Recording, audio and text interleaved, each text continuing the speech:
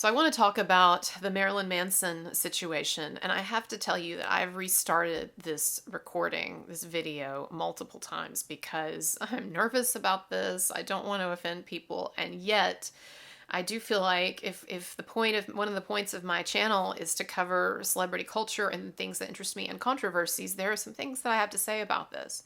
I'm concerned about cancel culture. I'm concerned about the fact that allegations, mere allegations, can completely destroy someone's professional and public life and reputation, even if it is multiple allegations. And I will get into that facet of it in a moment.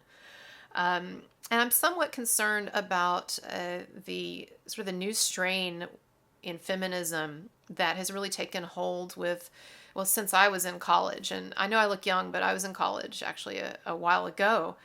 I just look young for my age, and hopefully.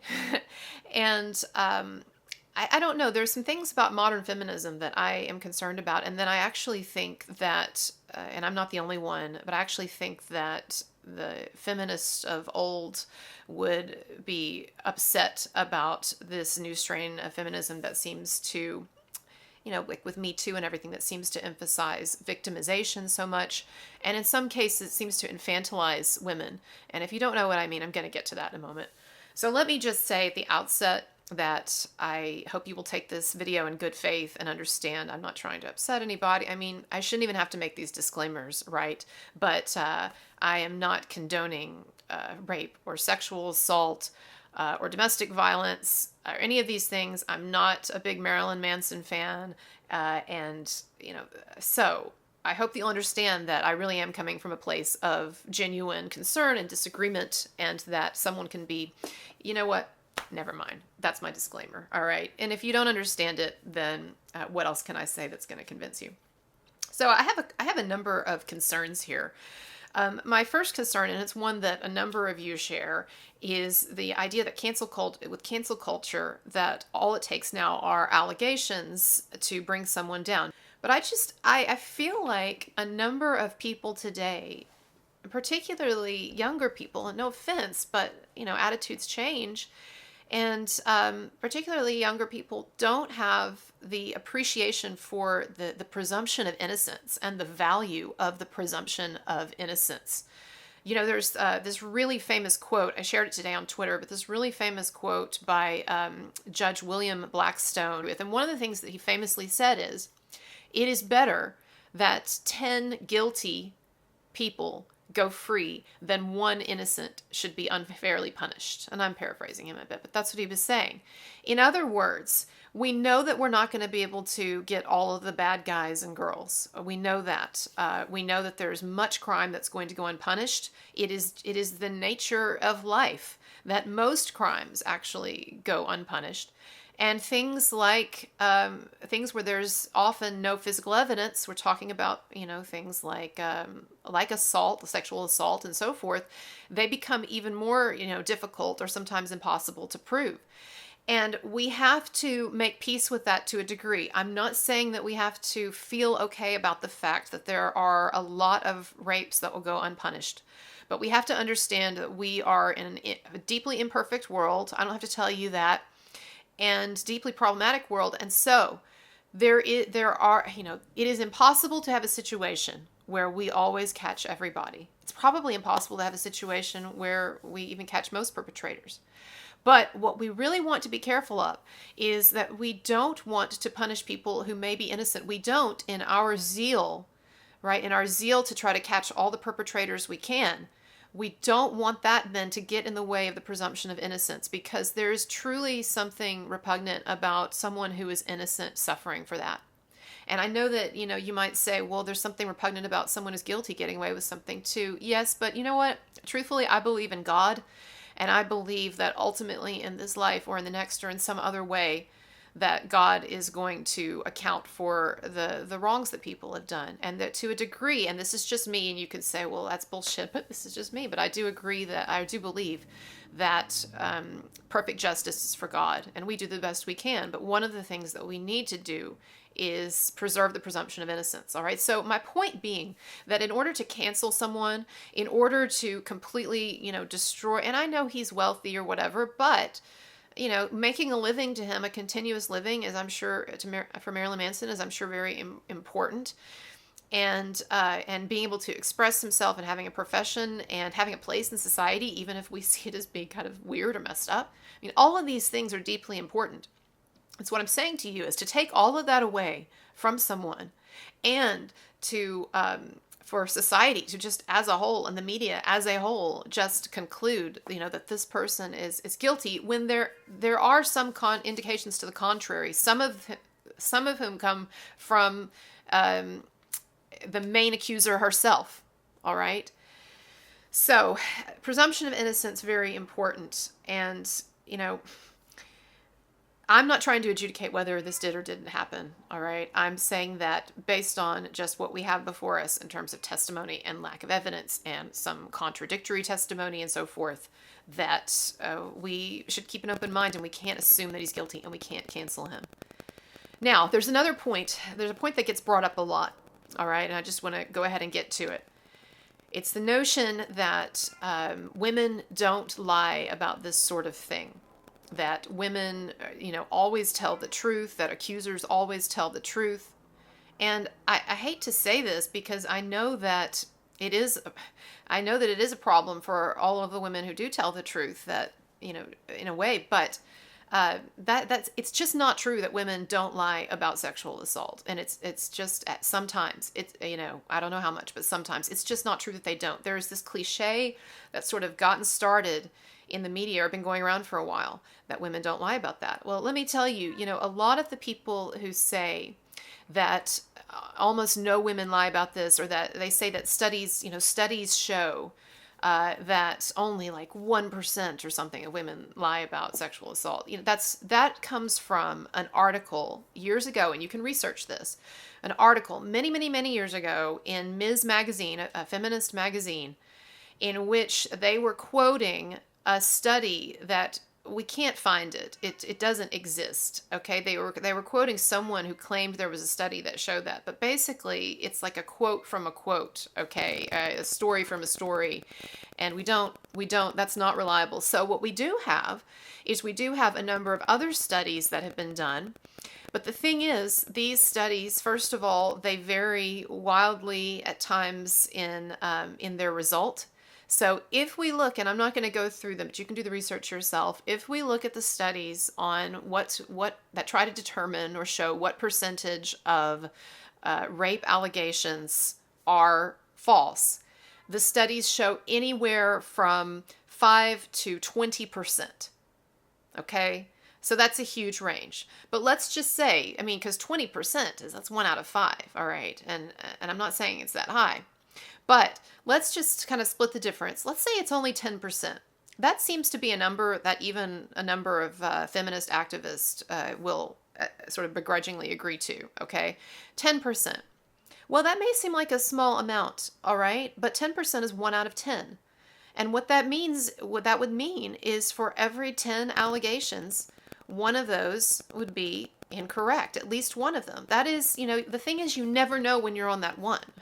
Right? And that's where the presumption of innocence is so important, because it's not like we can say, well, there's a 9 out of 10 chance someone's telling the truth, so we'll just go with that. No, because the 10% of the time that you're wrong, you're unfairly perhaps destroying someone, destroying the falsely accused. Now, the next thing that would get, and I want to say one more thing about the idea that women don't lie. It is deeply sexist and infantilizing to women to say that they don't lie about that they're not capable of lying about rape or sexual assault or abuse. And you might say, what? Yes, it's unfeminist, because what it is assuming is that women are these vastly different creatures, in that we're not complicated enough to lie like men would be. We're not devious. We're not capable of. It's infantilizing, and so I think that if we're going to claim equality, and if we're going to claim in all the ways that matter or that are important to us as women, well, we have to claim equality in the negative things too, right? And so this idea that women are not complicated enough, or don't have the same, problematic motives as sometimes men might have, or whatever. No. And I'm not saying that the majority of sexual assault allegations that occur in society are not true. I'm just saying that there is a wide door there, or a wide crack in the door. The other thing I want to say And by the way, if you do hear this little like squeaking noise sometimes, it's my cat who's meowing and trying to get in here. And so anyway, I hope it's not too. You can hear this sort of like it's like a baby crying, but try to ignore it. All right, it'll stop. Hopefully, I'll probably get to the end of recording this whole video and find the whole thing has been ruined by the cat screeching. But okay. Now, I know what some of you might say. Well, look at the numbers of women that have come forward. I think someone said today, 12 allegations. And, and you just said 1 out of 10. Well, so are you saying that all, statistically that all 12 of these are wrong? All these 12 allegations against Marilyn Manson are wrong? No, this is what I'm saying, all right? I'm saying that in a case where you have a celebrity and a celebrity who has lived his life on the edge and has advertised himself as being the biggest freak and as someone who is frightening and all of these things, he makes a very easy target. And as a celebrity, he makes a very attractive target, or could make a very attractive target because of all the publicity it generates. And if you don't think that there could be a bandwagon effect where people who have known Marilyn Manson or dated him or whatever are not incentivized in some way, in some powerful way through media, through attention, through maybe even money. I'm not making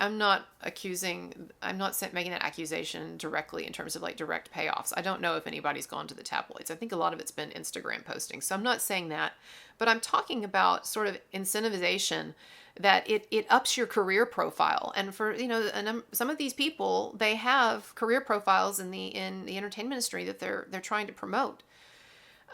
We've talked about, well, I'm not going to get into it, but there's another case that I talk about on my channel where it's very clear, it's not a matter of did it happen or not. It's very clear that a woman is perpetuating a hoax of abuse, of alleged abuse against a very well-known male actor. And this we know from the recordings. Go look at my other videos if you want to know what I'm talking about. Okay, so like there's an example there to up her profile and better her career and so on.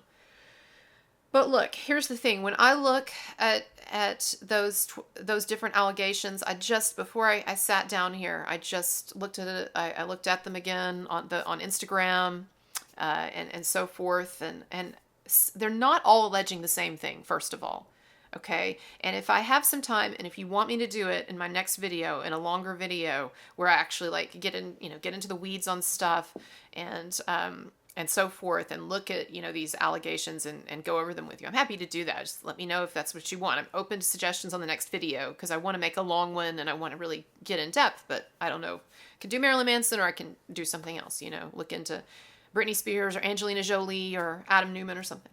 But anyway, sorry, here's the point. I don't see, when I look at these allegations, I don't see they're making all the same allegations. There's a wide range. And let me just say that while, yes, some of them, a few in particular, sound more problematic, certainly if they did happen, if they happened that way, there are a number of them that, I'm sorry, but they're pretty minor. And not even, and I could very much see how they've perhaps been misconstrued, that they weren't even necessarily, context is everything. Think of how many times in your life you have done something or said something. I'm not equating you perhaps with Marilyn Manson's level of freakish behavior, but think of how many times in your life you've done something or said something, and that if someone did not know the context of it, okay, if they just took that little snippet, or if they contextualize it in a different way and posted about it on Instagram, how it would make you look, right? And so, for instance, one thing, Jenna Jameson talks about, her big allegation is that Marilyn Manson, when they dated, he would bite her during sex. Well, I'm sorry, I don't know. First of all, I don't know that probably happens with a number of people, especially, once again, if you're into the kinkier stuff and you're Marilyn Manson and you're dating Marilyn Manson. But really, biting during sex, I mean, that was her big allegation, and then the Phoebe Bridgers, I don't even know who that is really, but apparently she's a female songwriter, rock star, whatever, minor rock star. her big allegation is that one time she went to Manson's house for a party or something, and he jokingly referred to the downstairs or the bedroom, I can't remember, as the rape room. Well, I remember when I was growing up or when I was in college, or even, I don't know, 10 minutes ago, when I was joking around and I said something that could, if someone just took it out of context or whatever, it'd be seen as deeply offensive. I don't know what the mood was in that room when they were talking, and it was a joke. And he is Marilyn Manson, so he is expected.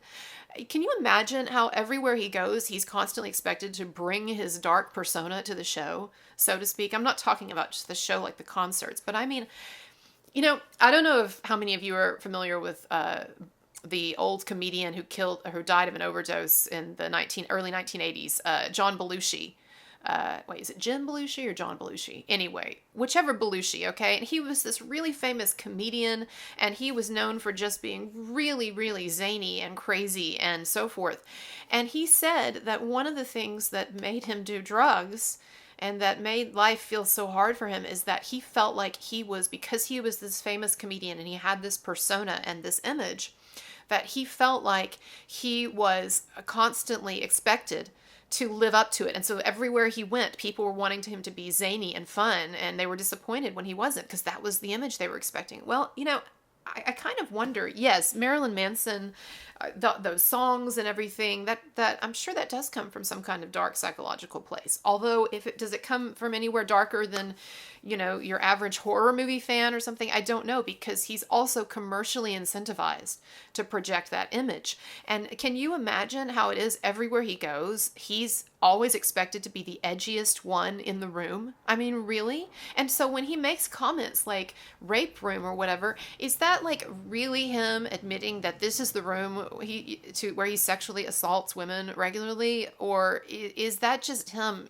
just throwing off something offhand? And even to try to make his image, maintain his image. And even Phoebe Bridgers says this in this Instagram post that she put up. She said, at the time, I just took it as kind of this frat boy sense of humor or whatever. Well, maybe it was. Maybe, your first impression was death. But you know what I'm saying, all right? Now, a thing with some of the other allegations, okay, is that they again, there's a range. Yes, there are some that sound more serious or problematic, but again, these are extremely short, extremely brief Instagram posts.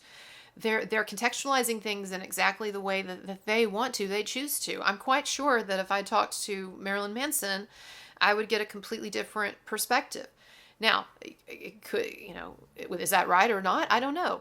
But again, there's room for doubt. And remember, all right, there are also other seemingly very credible women who have said that he did not abuse them. Look, Rose McGowan. I mean, come on. Rose McGowan is the poster child for MeToo and for speaking up about all this stuff, to the point where, I find her problematic sometimes. And I kind of wonder about her, honestly, at times with some things. But she said in her autobiography, she wrote an autobiography, as if we really needed that, but okay, whatever. She wrote an autobiography, and she talks about how when she was with Manson in the late 90s, and they were together for a bit, that they had this like boring domestic life, and he would paint watercolors at home, and they didn't do any of this really kinky stuff. And when they were on tour, that he was shy, and he just wanted to sit at the back of the bus with her and watch Big Lebowski movies while everyone else was out having sex or whatever. Again, yes, it's her perspective, but wouldn't you expect that Rose McGowan, out of everyone, if there were anything that she detected in that relationship that was problematic or that it was indicative that he would be an abuser, that she would say it? I mean, she's so vocal about everything related to Me Too and her own experience, and she puts it all out there. And the same thing for Dita Von Teese, all right? Dita Von Teese, his ex-wife, and he was with her for, 7 years, came out and said that she didn't experience this. And if she had, then she would have not married him.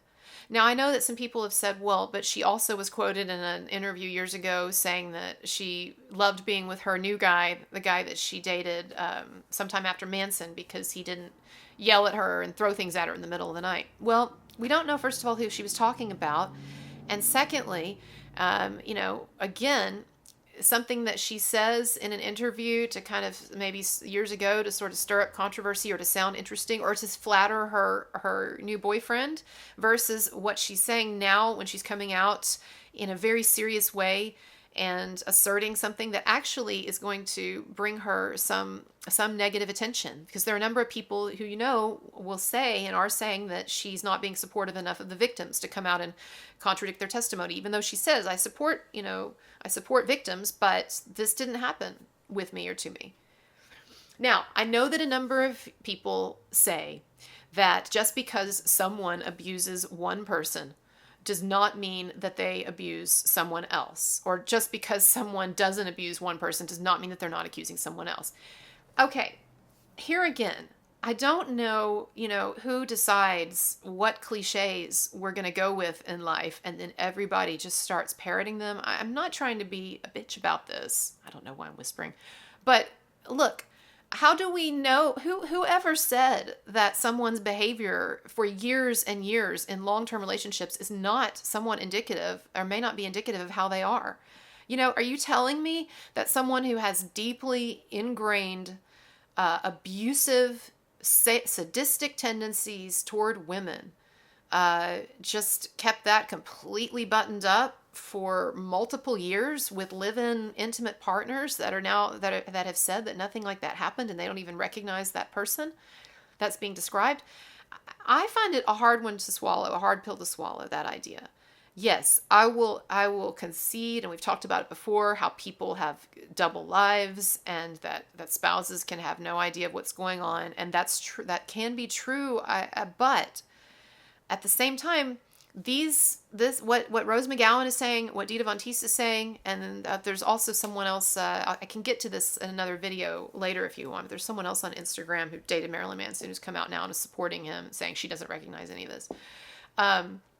I haven't looked into that more, so I'm throwing that out there. But so anyway, these are data points too, So if we're doing an analysis here of did Marilyn Manson do this stuff, did he not? I can't just trust everything that his accusers are saying, and especially when they're incentivized in various ways, and not at least accord the same amount of trust to what these exes are saying, especially since Rose McGowan, like I said, is part of the MeToo movement. So I'm not saying that anything is indicative, and I'm not saying that I know he didn't do this stuff. I'm saying that we do not have what we need for a full-scale societal cancellation, such as we seem so fond of engaging in now, and so forth.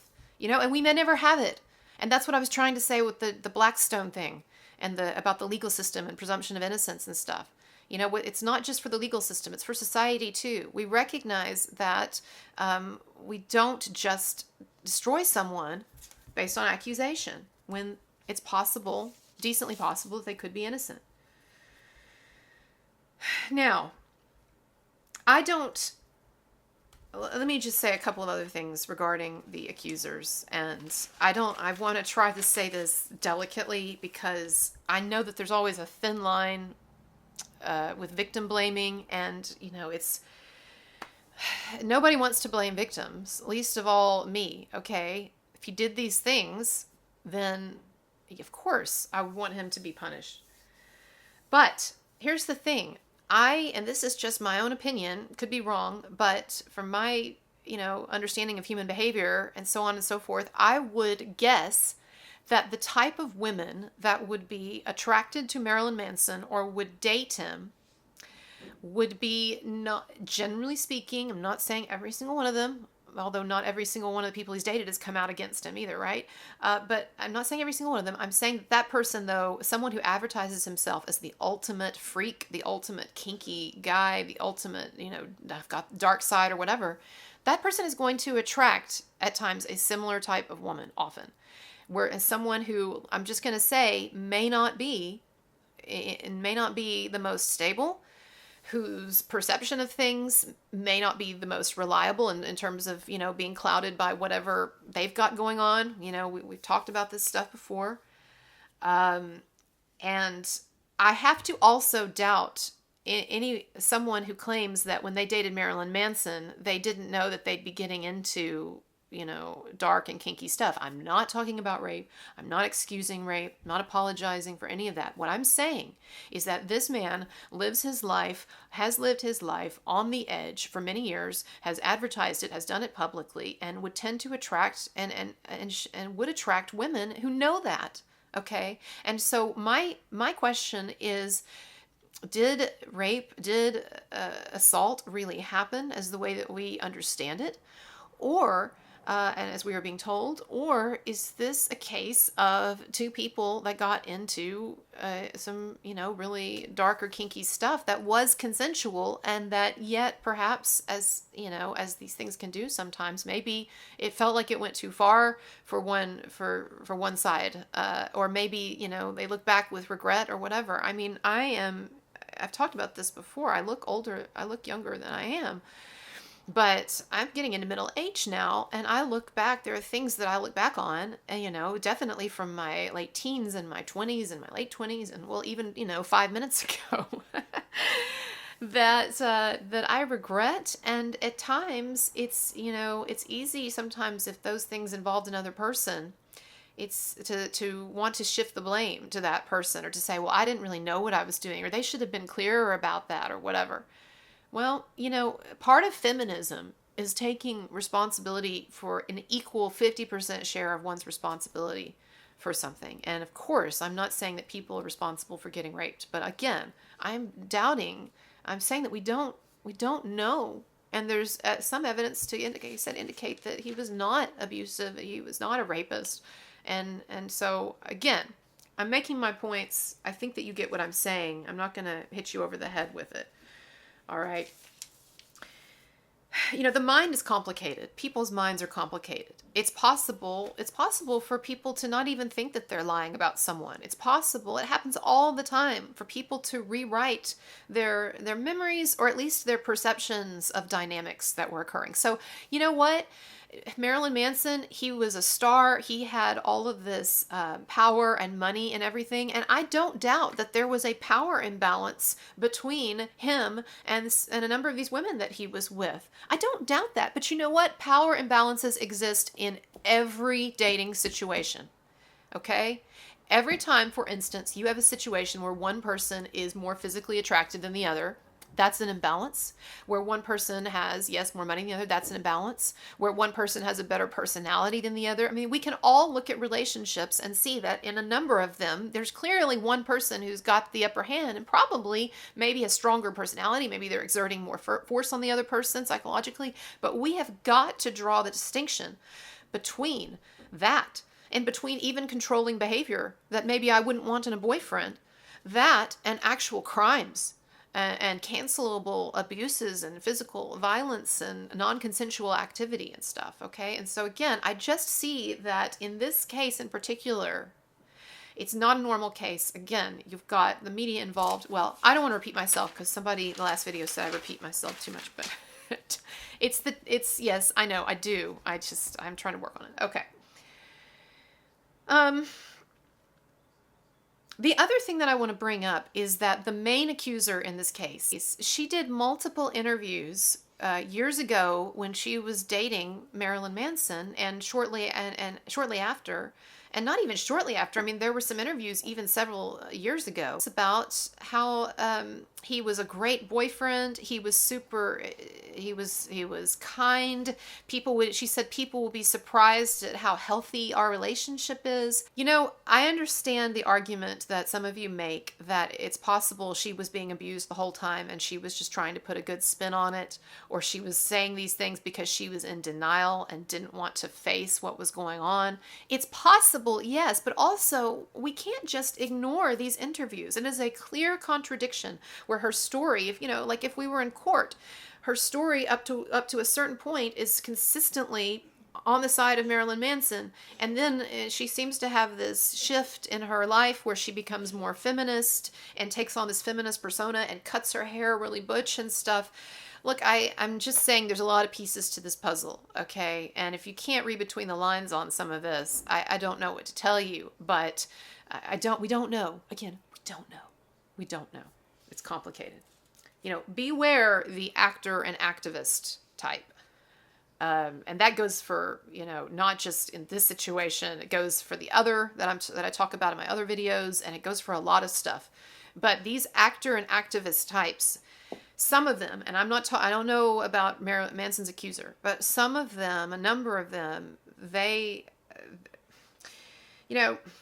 acting and theater and the entertainment industry, it tends to attract pathology.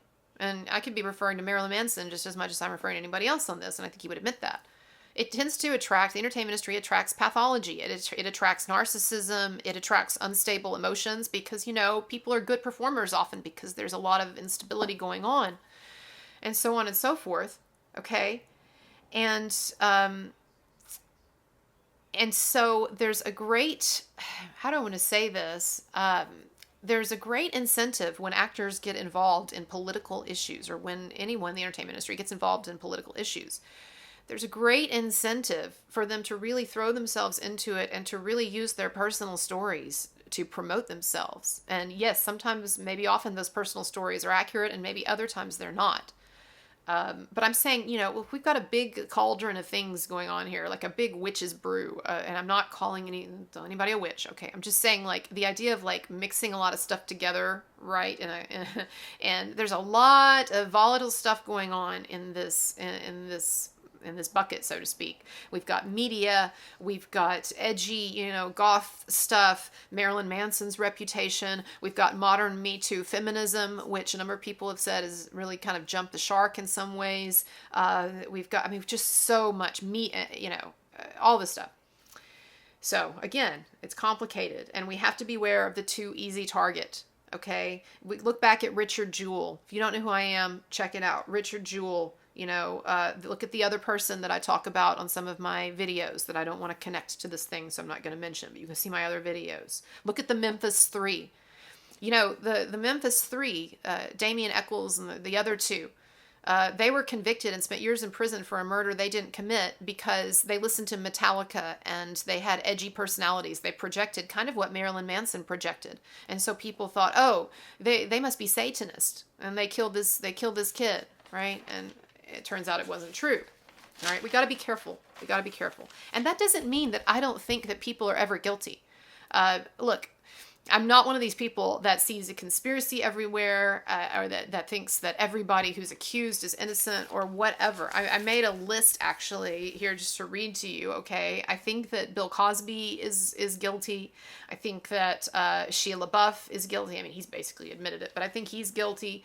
OJ is guilty. Harvey Weinstein is guilty. Jeffrey Epstein was guilty. Roman Polanski is guilty. Kevin Spacey is guilty. James Toback is guilty. I mean, I'm saying probably in my estimation. Okay, so understand, it's not everybody and every accused man or whatever that I think is innocent, and I don't think that's the case for most people who are asking questions about this Marilyn Manson thing. All right. So I want to look at just some of these statements that Evan Rachel Wood has made, his main accuser has made in the past, before she began to accuse him of abuse, because as I said, there are contradictory statements. So first of all, let's just look at her recent post about him. All right. She says, "The name of my abuser is Brian Warner, also known to the world as Marilyn Manson. He started grooming me when I was a teenager and horrifically abused me for years. I was brainwashed and manipulated into submission. I am done living in fear of retaliation, slander, or blackmail. I'm here to expose this dangerous man and call out the many industries that have enabled him before he ruins any more lives. I stand with the many victims who will no longer be silent." And if you want to, you can pause this video. I didn't include it here because I didn't have time to put together a lot of audio and video and stuff. But if you want to, you can pause this and go look at her testimony before Congress. If you just Google Rachel Evan-Wood congressional testimony, and she goes into detail about what she's accusing Manson of, but, physical abuse, sexual abuse, rape, torture, basically, is how I would define it, and then psychological abuse. But now, if we go back at the time that she was dating him, and then also after she dated him, it is a markedly different story. And again, I don't know which is true or which to believe. So she says in a 2007 GQ magazine interview, she says, quote, "People would be surprised at the kind of healthy, loving relationship we have." All right, that's when she was dating him at the time.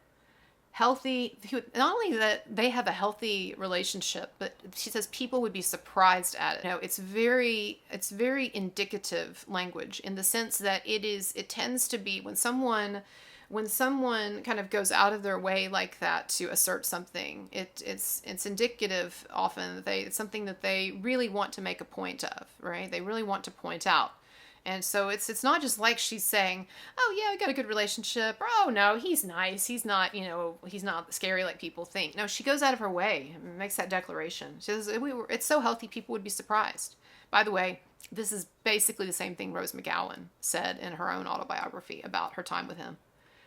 Then there was another interview that she did where she says, she was talking about her time before Manson. She said, "I'd completely lost myself. It's kind of funny now that people think I've completely changed myself for him, for Manson, when this is actually the first time in my life that I took a stand and said, this is who I am, and this is who I've always wanted to be, and I'm finally with somebody who lets me be who I want to be. He never tells me what to do or what to wear or who to be. It's all my decision, and he respects it, and that's what's important." And then just one more. There are others, but here's one more. She says, quote, "I met somebody that promised freedom and expression and no judgments, and I was craving danger and excitement." All right, now there's two more points I want to make. The first one is that I'm concerned, like I said earlier, about a sort of a newer strain of feminism that I don't think that the feminists of old would recognize. And it's beyond the Marilyn Manson allegations, but I am bothered by the sort of tone that a number of people in the media seem to be taking about this situation, where it's like this idea that these women, who are accusing him that dated him and had a difficult time of it, they might have the idea that they didn't have any clue what they were getting into, or that we're all just going to act really shocked that Marilyn Manson was into some edgy stuff or whatever.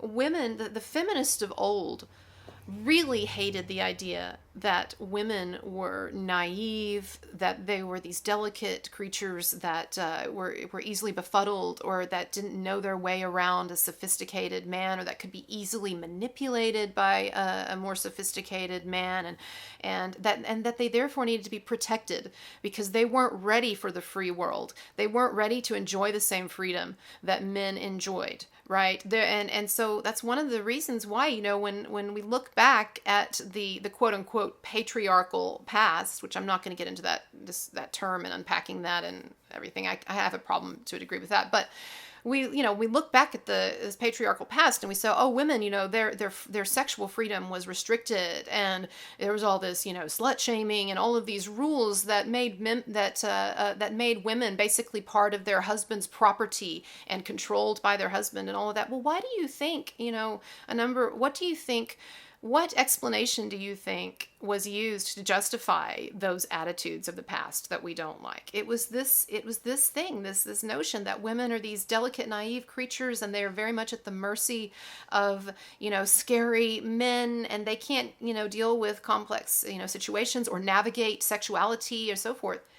And I'm not saying that attitude, that I'm seeing that in all of the allegations or whatever, but I am seeing that in a lot of the comments that people accusing Manson are making about this, especially regarding the age thing. The fact that Evan Rachel Wood was 18 when they started dating and he was older, and, the discussion of power imbalances and stuff. Well, I do not want to go back to a perspective where we're back to what the feminists of old were fighting. I don't think they would recognize today's feminism that is so concerned with safety to the exclusion of everything else, or that is so fixated on victimization.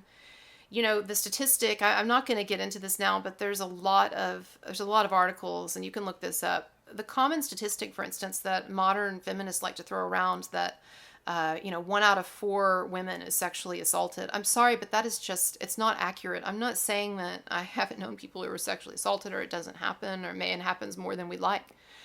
But that is a deeply misleading statistic, because that is taking it's taking any kind of unwanted attention, basically, as harassment and assault. So if a guy comes up to you and, say, puts his hand on your shoulder and you don't like it, that would count in that study that's often cited as sexual assault.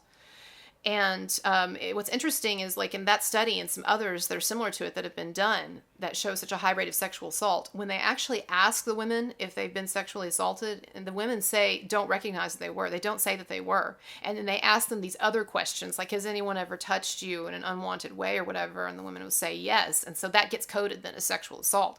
What is my point? My point is not that sexual assault doesn't happen, that it's not a problem, what have you, okay? I've known people who are sexually assaulted. My problem is here that there seems to be, and there seems to have been for a bit of time now, this movement to enlarge the field of victimization and behavior that falls under the category of abuse and cancelable behavior to a degree that I don't recognize. I mean, there are people that are arguing now, I've seen on Twitter, that if Marilyn Manson even said abusive things to these women, that he should be canceled, or that if he ever threw anything, he should be canceled. Well, I don't know. Of course, I think that that's abusive behavior. Would I want to date a man who is exhibiting that behavior? No. That's why I'm not dating. I'm not going after someone like Marilyn Manson. All right. So, but again, is this cancelable behavior? Because let me tell you something. If we're going to cancel everyone in the entertainment industry and who has said abusive things to people, or who's even thrown things, then I just want you to know that we will have canceled, probably most of Hollywood, most of the rock and music industry. Look, I can guarantee you that and I'll do a video one day about this if I feel like it, where I go through the names of all of these different stars that people love, and especially from the past, classic movie stars, directors, rock stars, whatever. And I'll tell you things about them, things that we know about them now, because time has passed and a lot more people who are really reliable and close to them are talking, and so on. In some cases, they've admitted to things. But the point is, I can tell you things about these people that you love, these people that built the entertainment industry, and that would get them canceled today if we knew that about them. Human beings are deeply flawed, and I would never make excuses for rape. I would never make excuses for people like O.J. Simpson, who beat his wife and stuff like that. I wouldn't, and I won't.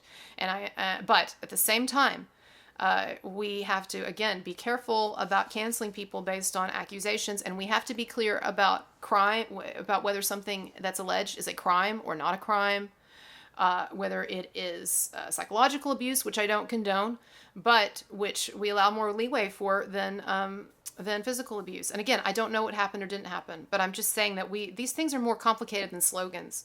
And some of you, no offense intended, but some of you, especially some of you who are younger, you have never lived in a world that wasn't all about easy slogans.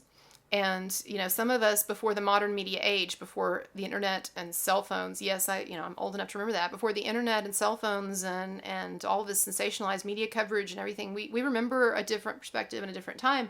And in some ways, you could say that different perspective, maybe it was outdated. But in other ways, I think that what we're living through now is deeply problematic and not necessarily even good for women or for feminism.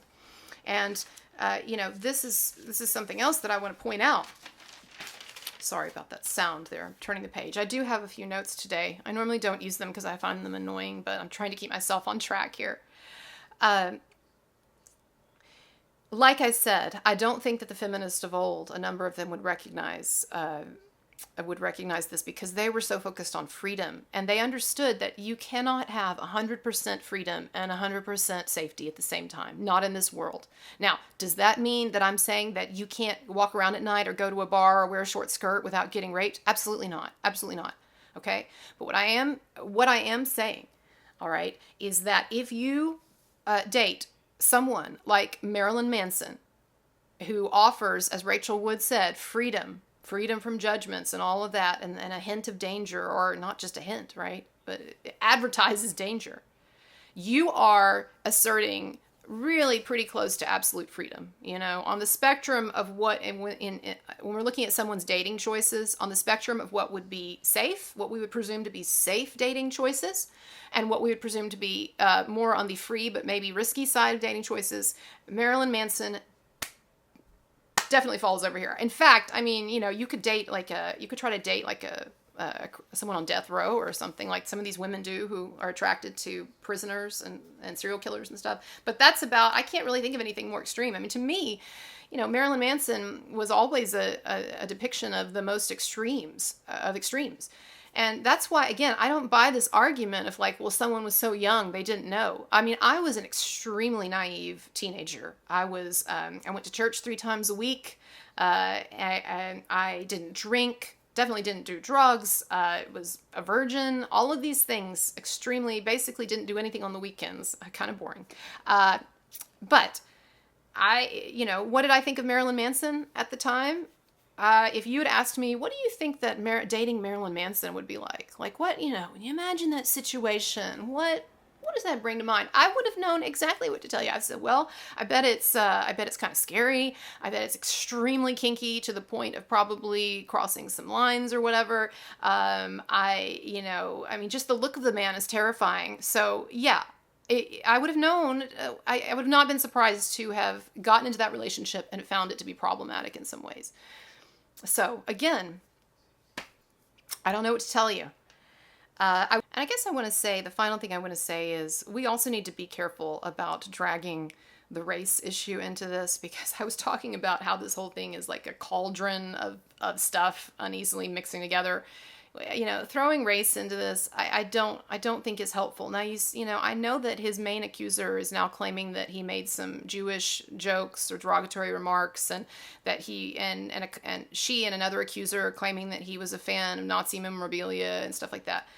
Everything that I have read about Marilyn Manson, he is not a racist. He's extremely open-minded. If you know anything about goth music, surely you know that there's a whole Nazi aesthetic that for many years since the beginning has been prized, because of within goth music and goth culture, the quote Nazi aesthetic with the leather and the boots and the hats and the crosses and all of that. Okay, so I don't doubt, too, that Marilyn Manson, again, he's an edgy person. I don't doubt that he said edgy stuff, just like a lot of people were saying 10 years ago. Things change so fast. You cannot retroactively hold someone responsible for something in a different cultural context, and also for things that you may have consented to.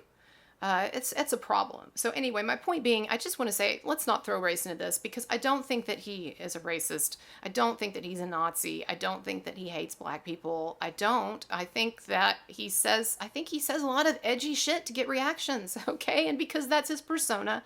And again, as we know, in the history of, goth music and goth culture and all of that, like I said, there is this sort of appreciation for a Nazi aesthetic. And you can argue about whether that's okay or not or whatever, fine. But let's not turn Marilyn Manson now into a racist as well as a rapist when we don't have evidence of either.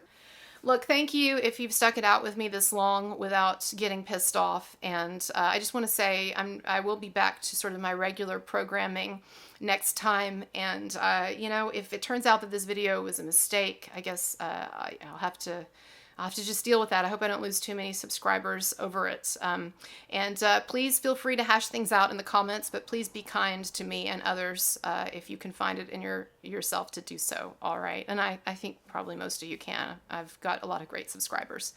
All right, let me know what you want to hear about next. I could do a longer Marilyn Manson video and really get into his autobiography and interviews and things like that if you're curious about that. But if not, I can also talk about Britney Spears thing. We can talk about Angelina Jolie, and definitely more of the Johnny Depp and Amber Heard stuff. And I'll be making more videos, and my next one will be a longer one, again, with videos and interviews and pictures and stuff. But I really wanted to get to this just because it's very topical, and I've got a lot to say about it. So thank you so much. Please subscribe. Bye-bye.